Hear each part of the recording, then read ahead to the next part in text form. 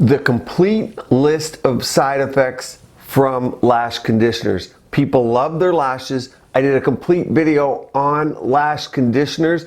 A lot of people didn't know things like the fat atrophy, premature aging of the eye. A lot of people didn't know about the redness, but today I'm going to go through the list. We're talking loss of fat around the eye, discoloration, hollows, and meibomian gland dysfunction. Just check this out first, and I'm going to also tell you exactly what to do to avoid these problems. But check this out. A 2015 study showed a shocking 91.7%, extremely high percentage of patients treated with prostaglandin analog, same ingredient as in Latisse, for glaucoma, had meibomian gland disease versus only 57% of patients being treated for glaucoma on a different category of medication. So a huge difference. What is that?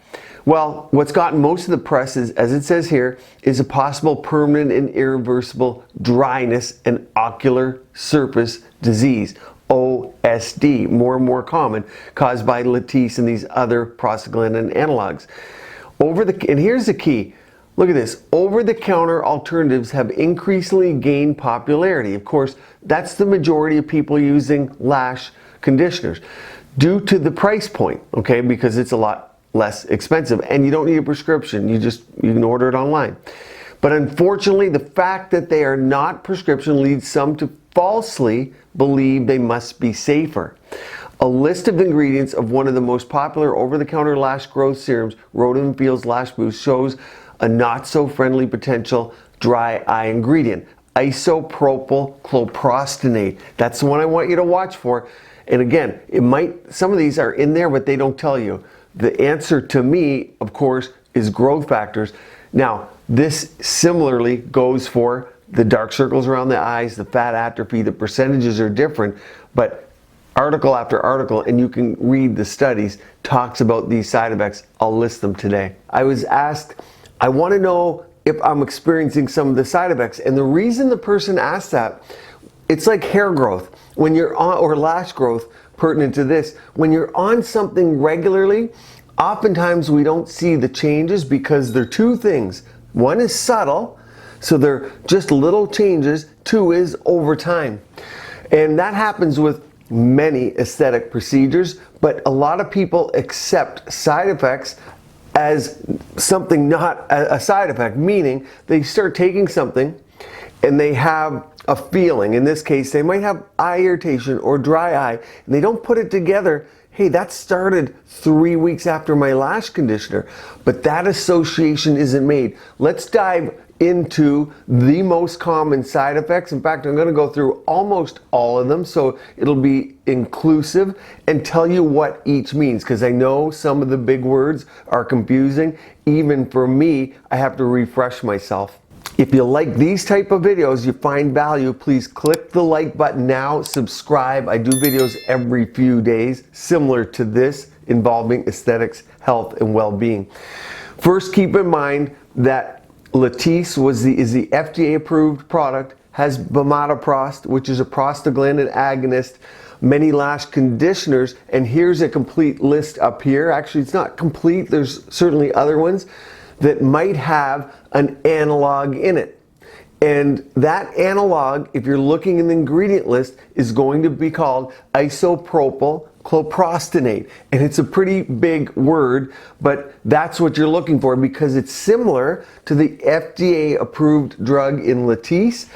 There is or has been a warning letter issued, and keep in mind, and this is a tough one, but just because you don't see it as an ingredient doesn't mean it isn't in there. And I say that with some hesitation because it's implying that people aren't listing all the ingredients, but historically that has happened. So I'm not picking that out of thin air. So be careful what you use. You know my solution is not to get involved with these prostaglandin agonists at all.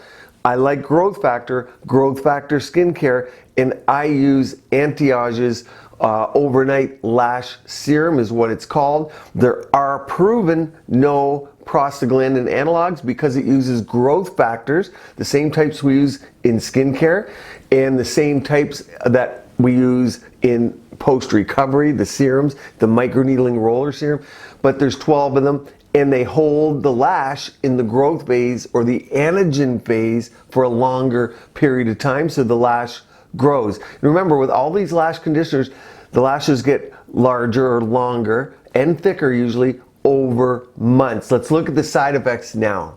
Okay, here's our list. Let's start with number one. Often asked, studied, and proven is pigmentation of the iris, the colored part of the eye. So many people love their eyes. They love the color of their eyes, and they're haunted by the possibility that it could change, and it's possibly permanent, quite possibly permanent. Now, blue eyes don't become brown eyes, but darker eyes like hazel can have darker areas in them. And often, of course, it's not the whole iris, but there are specks of color in them. So it's not like putting a colored contact lens in, but there are color changes that are documented, and you have to be prepared for that.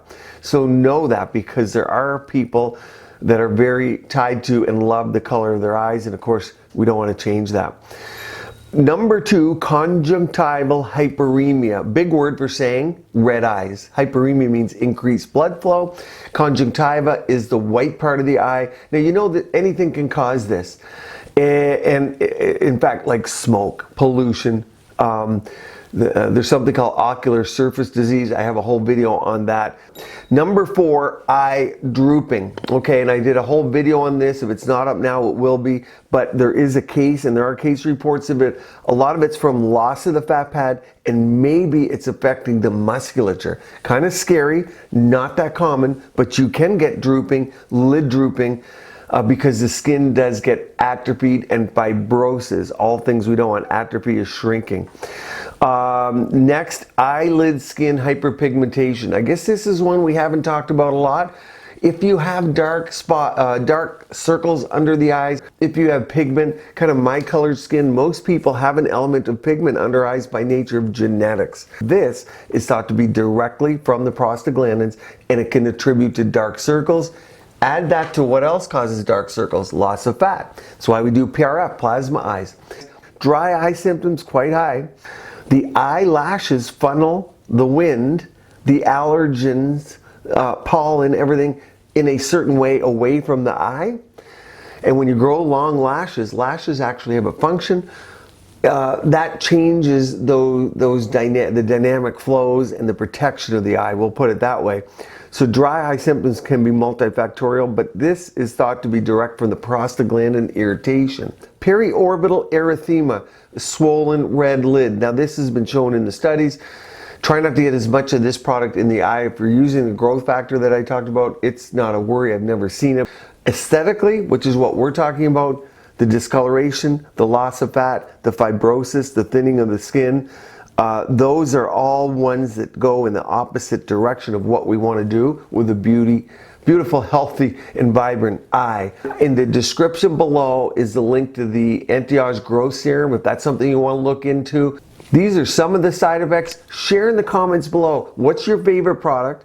Have you tried the growth factor one? Do you like it? And what is your go-to system for lash growth?